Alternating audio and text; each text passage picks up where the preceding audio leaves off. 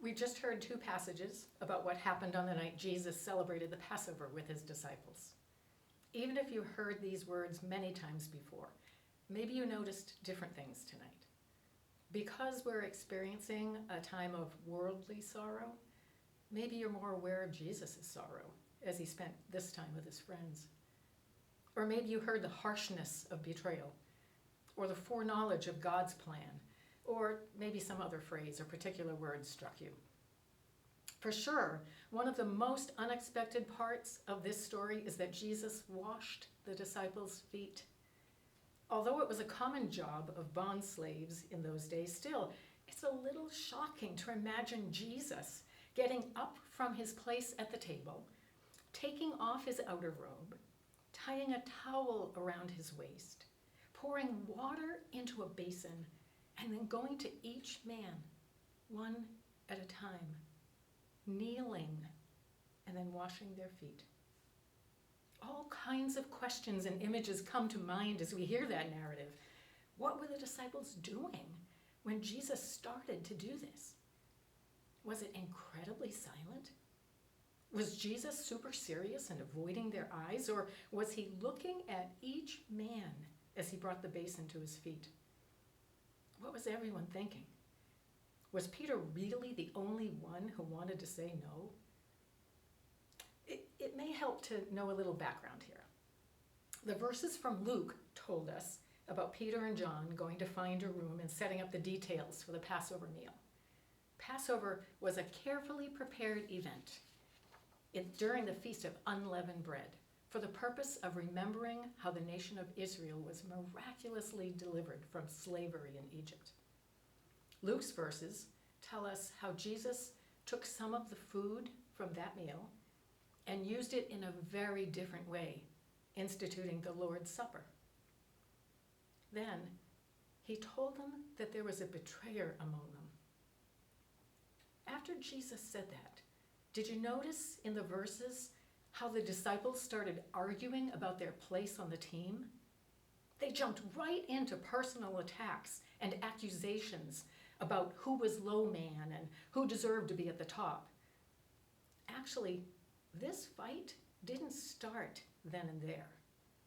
It just broke out from the simmering resentment and bickering that had been going on for quite some time. Matthew chapter 20, verses 17 through 28, tell us that when Jesus and the 12 started their journey toward Jerusalem, on the way, Jesus began to prepare them for his upcoming death. He talks specifically about a trial and flogging and crucifixion, but he also says that he'll be raised on the third day. It's an intense conversation.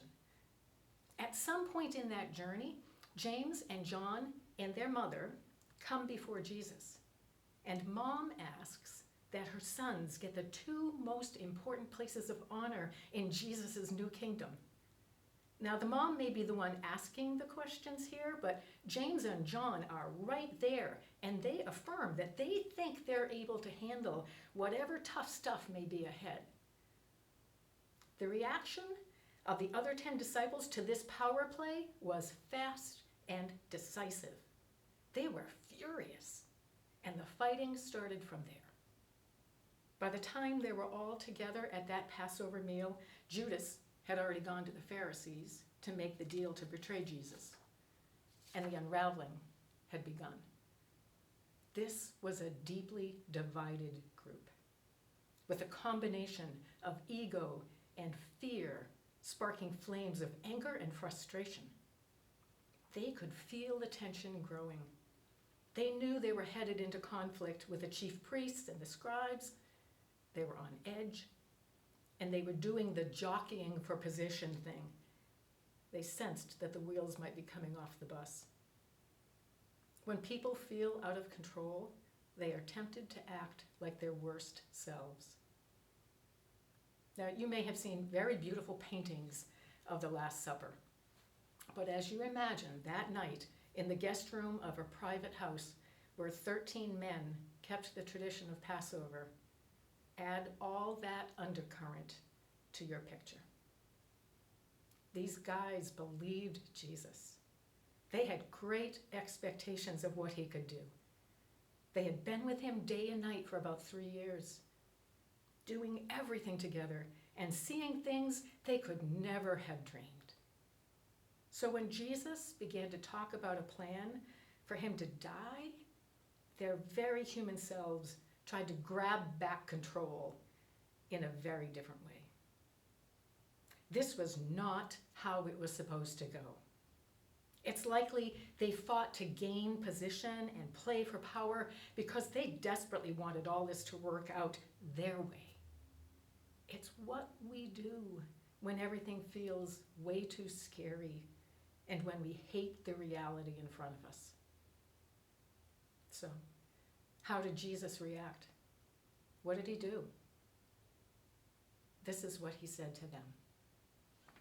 More than anything else, before I have to suffer, I wanted to be alone with all of you.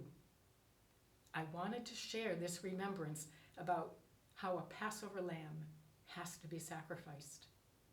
I wanted to share that with you, my closest friends. John 13:1 tells us what was in Jesus' heart.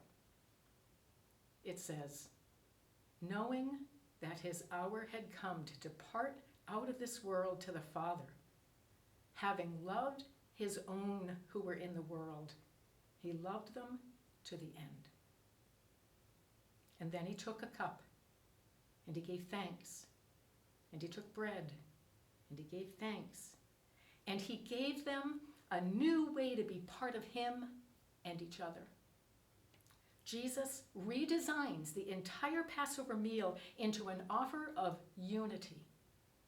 He invites them to participate in a communal act of eating the bread and drinking the wine. He offers them a new way, a plan that needed to replace their individual plans. He gives them new symbols to hold as inspiration, a broken body and poured out blood.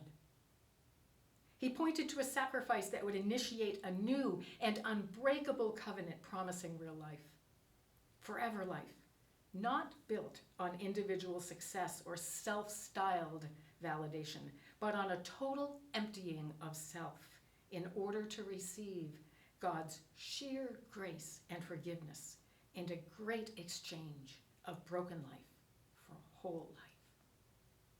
And then Jesus washes their feet. He dresses himself as a slave and kneels before each of them, each one who had just been arguing about who should be the greatest. At this point, no one seemed to say a word until he got to Peter. Impulsive Peter just couldn't take it. I think this scene is just one reason why so many believers love Peter. Probably everyone there felt embarrassed or ashamed, but Peter could just not let himself off the hook. And so he protests and he says he's not worth being treated like he's the important one and Jesus is the servant. Jesus responds by telling him and by telling us all that this act is the perfect symbol of what will bind us all to him forever. Jesus' servanthood and sacrifice of laying down his robe of divine authority and taking on human flesh like a towel wrapped around himself and kneeling in humble submission in order to wash our obvious uncleanness is exactly what we all need. Only Jesus can cleanse us from sin. On that night, what did Jesus do? He loved them right where they were, in their mess of both self-importance and self-loathing, their dread and their dedication, in their sin and in their fear. It was love that motivated Jesus that night. Having loved his own, he loved them to the end. The disciples were filled with mixed motivation and emotions that night, but Jesus wasn't. He was filled with love. Every act of Christ in his last days was a testament of love. When he was finished washing their feet, Jesus told the disciples that they ought to wash one another's feet as he had done, that he had set the example. We see this as a teaching about servanthood, and that's not wrong. It is an example of humility and serving others, but it may be much more than that. It may have been an illustration as real as bread and wine of loving others even when the dirt is evident. Even though it means taking off our rights and girding ourselves with towels and attending to the grime so the washing of the water can do its work. When Jesus washed the disciples' feet, it was a demonstration of love. It was personal, vulnerable, meaningful, and humble. He shows us love's posture. That night, love knelt.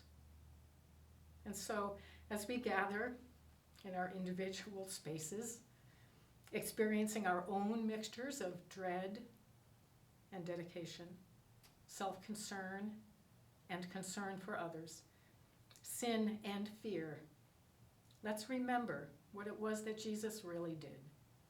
He taught us what love looks like. Let's keep our eyes on him as he united this divided group of disciples and unites us all through his perfect love and sacrifice.